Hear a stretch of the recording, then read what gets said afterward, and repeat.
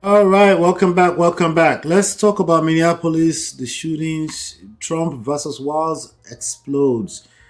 Wow, this has been in the news for a while. They keep talking. The ICE agents, they're not letting fatal shootings, they said. And a president versus governor showdown in Minneapolis. The city of Minneapolis is a tinderbox. Tonight, following a deadly weekend, tensions between the White House and the Minnesota governor, Tim Walz, I think it's Tim Walz, reached a breaking point after ICE agents involved in a massive immigration crackdown shot three people, killing two, including an ICU nurse named Alex Pretty, while Governor Walz is calling the federal presence an occupation and urging President Trump to end this. The president has just upped the ante by announcing he is sending border Caesar Tom Oman to the state. In a dramatic phone call today, Trump reportedly told Walz he's looking for any and all criminals, while the president's supporters are blaming local Democrats for the violence. So we are seeing federal agents and local governors in a in a literal standoff on American streets. Is this law and order? And I mean, what do we call this? Are we witnessing the start of a domestic insurrection? What's your take, sir? Well, it's none of the situations you have you have highlighted, but what it is a situation in which somebody ran for office, promised a dose of poison for the political space, and people forgot. They slept on the wash. And remember, a past leader of this country, the United States of America, had said that eternal vigilance is the price for liberty. So people lost that fix on the price. And so this is what the cost is for all of us in the United States of America. And do not forget that not even those who did not vote for him are bearing the brunt of whatever is going on. Not only those, not Democrats, not independents who did not like Donald Trump 2.0. No, even Republicans now, even some people who actually bought into the egregious extreme agenda of the so-called MAGA movement and Donald Trump himself. Everybody is now paying the price of just opening our eyes and allowing and handing over such a prized possession, the American presidency, to somebody with some unstable mind. Sometimes you can even question the mental health of this individual. So this is beyond what you were trying to describe. Is this yes, the center simply is not holding, and mere anarchy is everywhere in America right now. This is far, far beyond California. This is far, far beyond Minnesota. It's what you also saw right before everybody in Darfur at the World Economic Forum in Switzerland last week. You know, this is somebody that would be excited to want to be the liberator for Nigerian Christians. But how is this dealing with some American Christians back home here? Another question to ask. So, if this is law and order, then I need another definition of what law and order would mean. Because simply, like Tim Walz, the governor of Minnesota, has put it, this is nothing other than territorial invasion. The limits are there. This is not Nigeria where people would canvass through federalism and then you serve them militaristic Unitarian structure in the name of federal government. No, the limits are clearly spelled. Every state, every federating state of the United States of America has its constitution.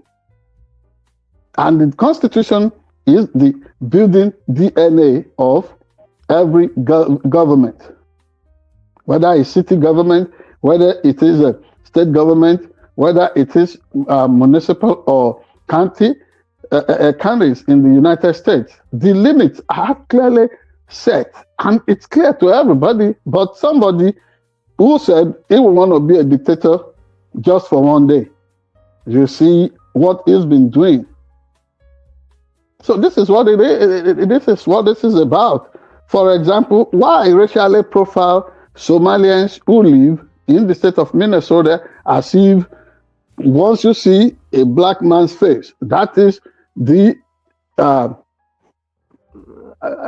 synonym for criminality. And so everybody across color pigmentation say, no, this is all wrong. And then that's why the first victim went down. The first fatality occurred because of that. And the second one, in the case of Alex Preedy has been identified as an intensive care unit nurse with a VA hospital facility. So for people who are doing everything possible to serve the country with honor and distinction, this has to pay them back. And then all kinds of elements, common thugs, find their way into some federal law enforcement agencies, which is why you would find that even when Alex Preedy, yes, these were people who were encouraged to do open carry-on of their personal guns in this country by the same Republican Donald Trump. So he was encouraging them into all this so that they easily could be targeted and killed. I have never seen this kind of a moral crisis in my life. I have never seen this kind of illegality in my life. And for the first time, I am extremely bothered that this is the kind of example that America may be exporting to the unsuspecting world. So now we are losing our moral standing, even with our international allies, and then we are turning against ourselves as citizens and its hapless government inside America here. And you think this recommends itself for some kind mentorship to the rest of the world? I think that sense of America's exceptionalism is being radically destroyed. And I am bothered. I mean, look at the number of individuals all over the world that will look at America as a place of beacon, the place of hope to run to for refuge, maybe as allies or what have you. Today it's no longer the same. But all these things would just be for a season. You know, it's the funny way in which history has a way of recycling itself, repeating itself. For everything that he is doing now, for everything that J.D. Vance is the vice president to Donald Trump, would always squeeze and spin. Can you imagine saying that somebody was a domestic terrorist? Which is not the truth. You have to call your citizens the ugliest names and descriptions just because you are fascinated with totalitarian leadership? And who are the friends he has all over the world? This should be an issue of concern for everybody. So it is beyond the issue of anarchy or people not wanting the federal government to operate as it should. It's just a matter of a federal government that is overarching.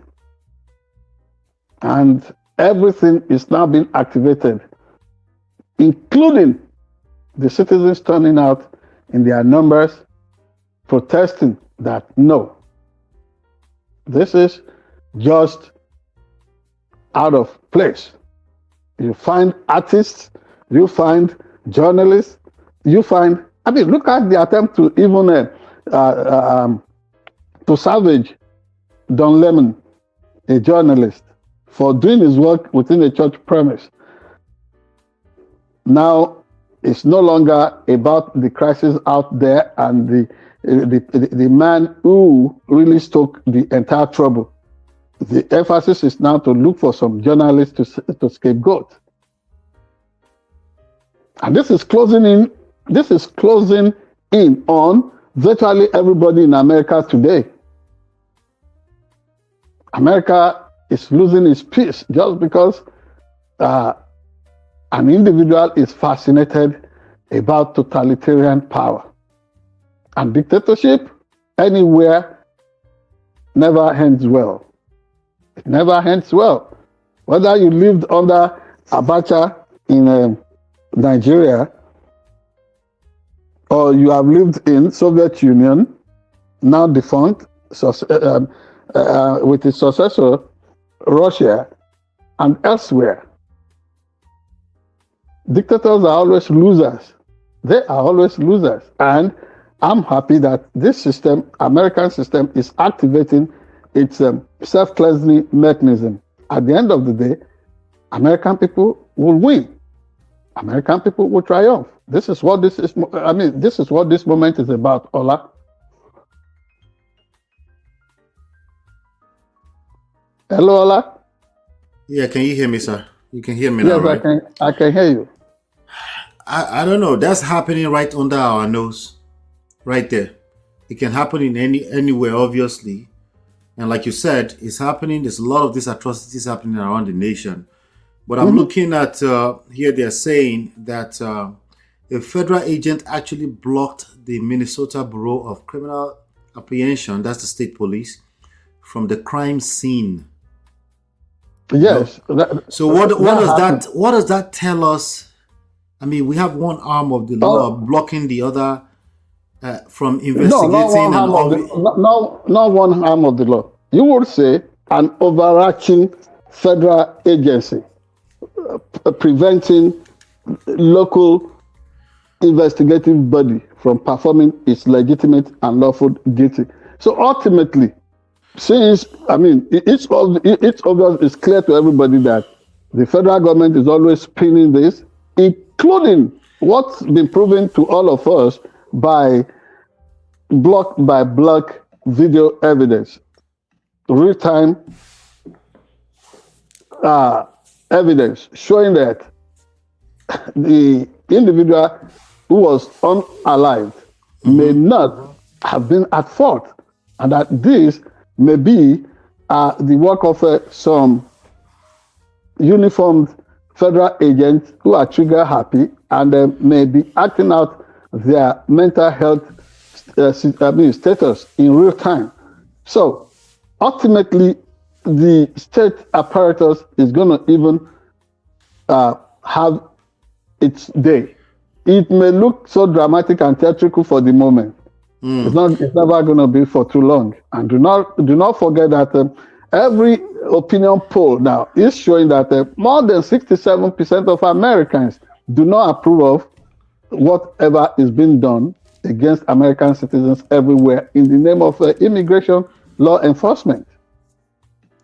Well, it sounds like a lot of mess. Ladies and gentlemen, let's move on to some other stories around the world. Quite very messy. I think it's quite very messy. Messy. Yeah. Hit the like button, share, subscribe, turn up your notifications so you're notified when we go live. where we drop videos. So we'll be right back.